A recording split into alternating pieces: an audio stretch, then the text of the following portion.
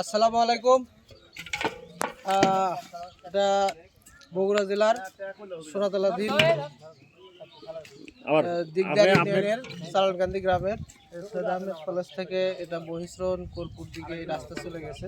প্রতিবার দুপাশে পুকুর থাকায় প্রতিবার বর্ষায় এই রাস্তাটা ভেঙে যায়।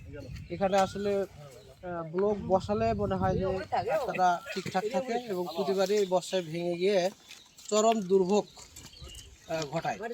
এই স্বেচ্ছাশ্রমে গ্রামের কিছু ছেলেপেলে আর লোকজনকে আমরা ঐক্যবদ্ধ করতে পেরেছি, করে এই স্বেচ্ছাশ্রমে এই কাজটা করে নেওয়া হচ্ছে যাতে জনসাধারণ ঠিক মতো চলাচল করতে পারে।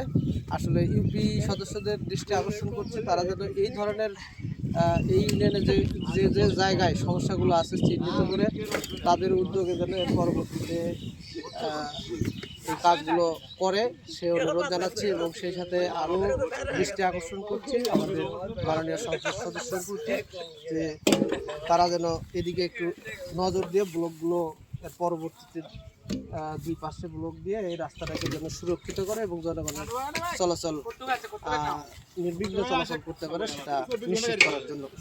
আর সেই সাথে আমি একজন শিক্ষক হিসাবে আমি জেলা স্কুলের একজন শিক্ষক হিসাবে অনুরোধ জানাবো এলাকার যারা যুব সমাজ আছে তারা যেন এই উদ্যোগ গ্রহণ করে এবং ছাত্রদের কাছে আরও বিশেষভাবে অনুরোধ জানাবো তারা যেন এই সমাজসেবক কাজগুলো উদ্বুদ্ধ করে প্রতিটা এলাকায় যেন এইভাবে আস্তে আস্তে সংস্কার তারা নিজেরাই করতে পারে। তাহলে একটা চাপ যে চাপ থাকে সেই চাপটা অনেক অংশে কমে যায় এবং যার যার এলাকায় সে যদি কাজগুলো করে তাহলে আমরা মনে হয় নির্বিঘ্নে দেশকে আরো এগিয়ে নিতে পারি। এই বলে আমি আমার কথা শেষ করছি। সবাই ভালো থাকবেন।